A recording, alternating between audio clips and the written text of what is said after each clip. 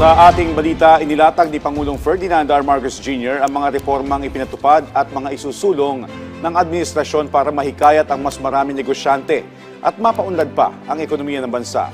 Sinabi ito ng Pangulo sa pagharap sa ASEAN Editors and Economic Opinion Leaders Forum kasabay ng formal na pagsisimula ng ASEAN Chairship ng Pilipinas. May report si Clazel Pardilla. Bansang bukas sa mga negosyo at destinasyon ng mga investor. Diyan nakatutok ang mga hakbang ng administrasyon ni Pangulong Ferdinand R. Marcos Jr. para maipresenta ang Pilipinas bilang business-friendly na bansa, kasabay ng pag-upo nito bilang host at chair ng ASEAN ngayong taon. I'm here to do these structural changes so that the Philippines becomes more investment-friendly. Sa ginawang ASEAN Editors and Economic Opinion Leaders Forum, inilatag ni Pangulong Marcos ang mga reformang ipinatupad at isusulong ng administrasyon upang mahikayat ang mas maraming negosyante at mapaunlad pa ang ekonomiya ng bansa. Numero 1 rito ang pagtugon sa bureaukrasya at paglaban sa red tape.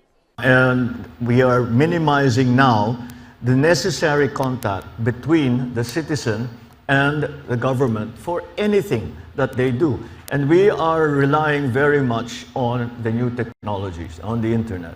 And for us, that is a godsend. And we fully intend to make full use and maximize the use of those technologies. And we now have what we call the eGov app, which is an application which allows you over the internet to get in touch with different government agencies and in that way do your business online.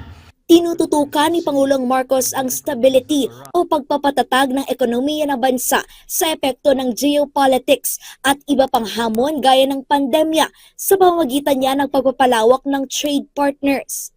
I describe it as that we have to engage non-traditional suppliers, non-traditional investors to be part of the Philippine economy. Target ng administrasyon na pataasin pa ang pakikipag-ugnayan sa European Union at Latin America habang lalo pang pinalalago ang pakikipagkalakalan sa France at Canada. Bilang chair ng ASEAN, nanawagan si Pangulong Marcos na mas paigtingin ang kooperasyon upang maibalik ang ASEAN bilang pangunahing puwersa sa pandaigdigang ekonomiya habang pinamumunuan ng Pilipinas ang regional bloc ngayong taon.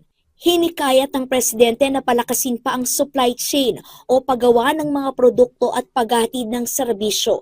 Sa ngayon, tinatayang 23% lamang ng kabuang kalakalan ng rehiyon ang nagaganap sa loob ng ASEAN, habang 77% ay sa labas ng rehiyon.